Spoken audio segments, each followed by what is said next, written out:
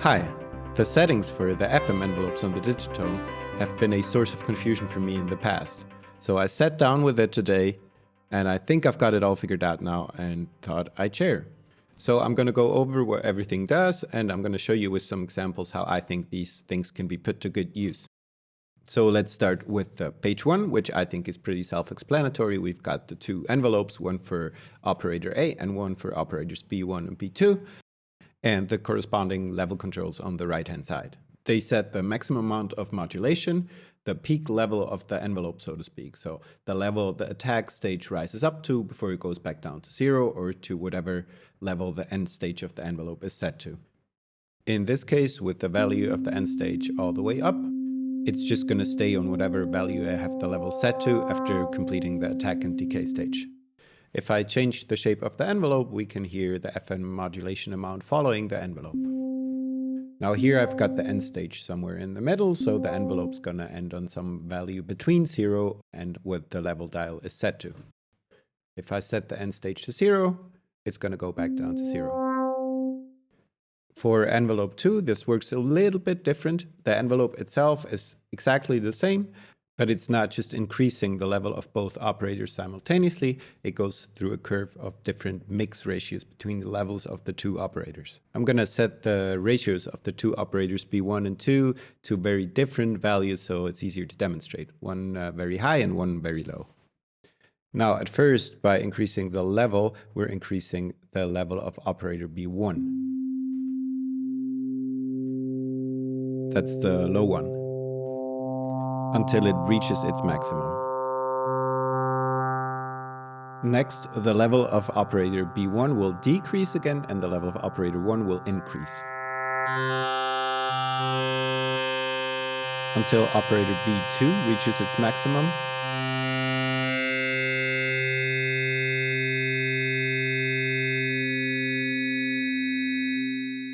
And from there on, operator B1 will increase again.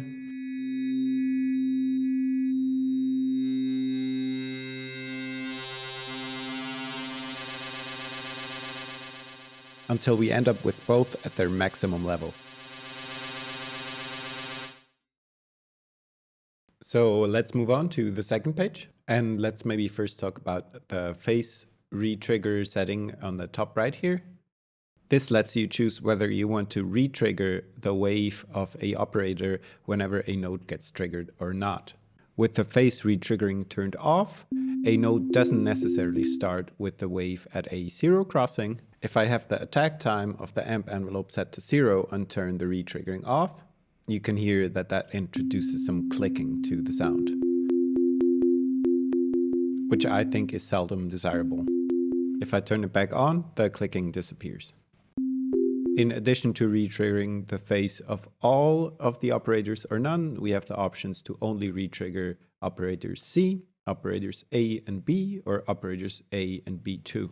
I couldn't think of any applications where this is useful, but I'm sure there are, so if you do, please let me know.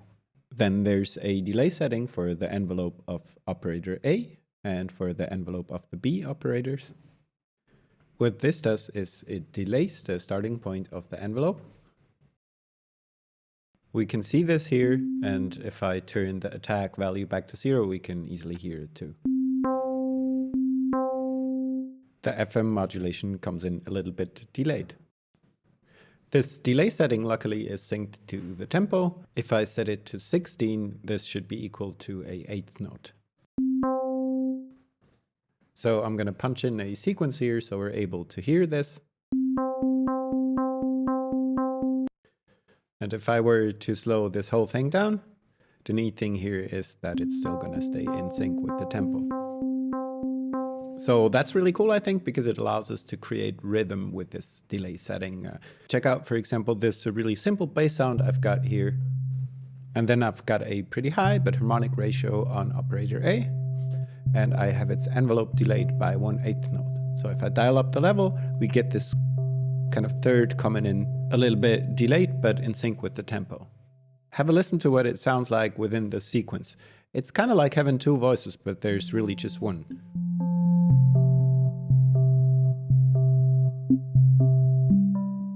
Plus, with the main FM level control of operator A, I can easily bring that second note in and out. Let's listen to it within the context of this track. Pay attention to the bass and how this second note comes in once I bring up the level of operator A.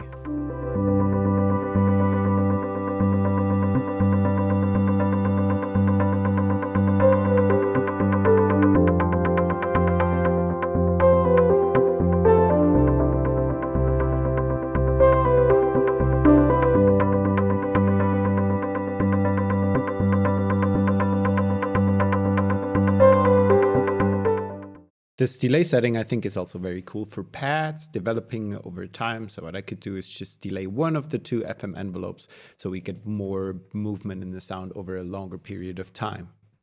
Of course, this works exactly the same for operators B.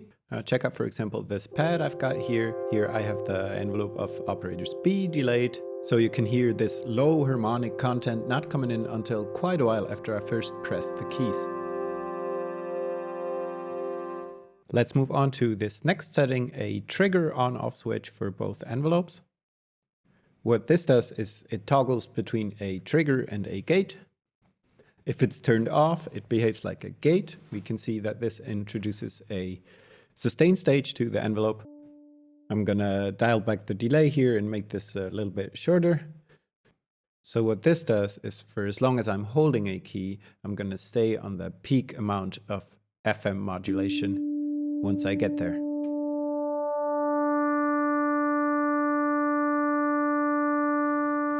And when I release the key, it goes back down to the end level. And depending on how long of a release time we have on the amp here, we're able to hear that or not. Let's listen to that same pad one more time. I've got the envelope for operator A set to a gate. So it stays on that same peak level when the modulation of operators B comes in, for as long as I'm holding down the keys.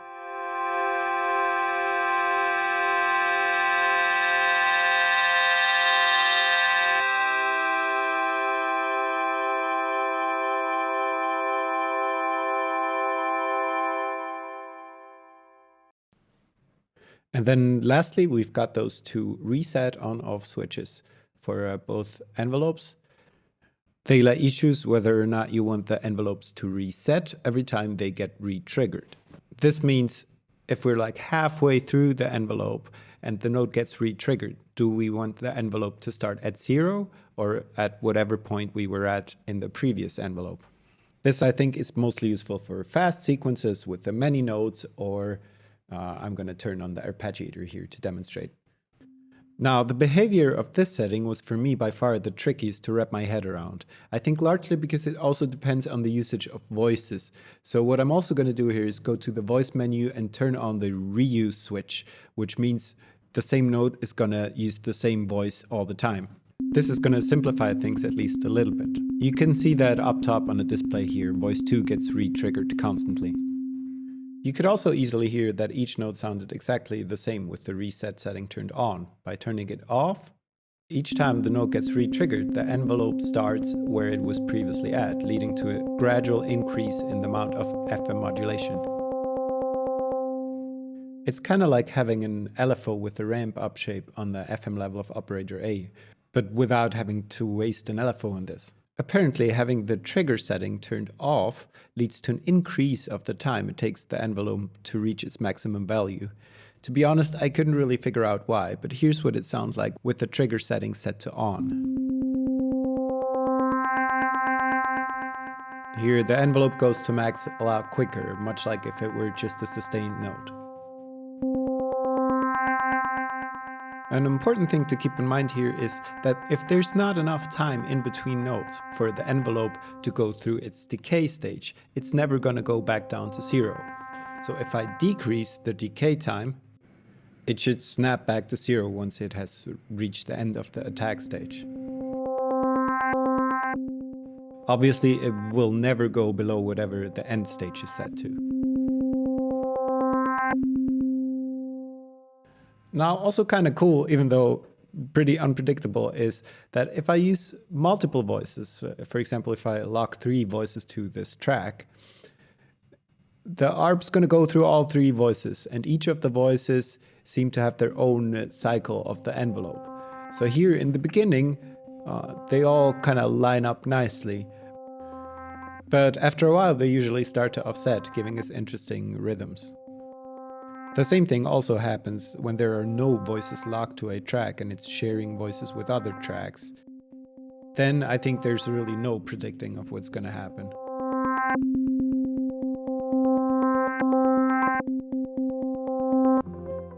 Let's have a listen to my example track here one more time. Pay attention to the percussion thing and note how each repetition of the FM envelope leads to a slightly different rhythmic pattern.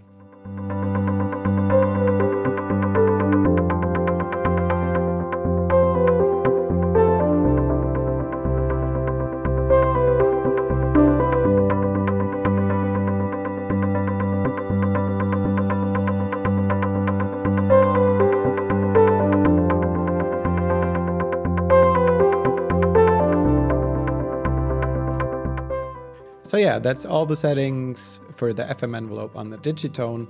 The track you keep hearing in the background here is the result of me trying to apply those things and make some music with it. Maybe to recap, on the bass here I used a delay for an FM envelope synced to the tempo. On the pad I used a delay also, but not necessarily synced to the tempo, and I also used a sustain stage by turning off the trigger setting for operator A. And then on the percussion thing, I did what I was just talking about a second ago.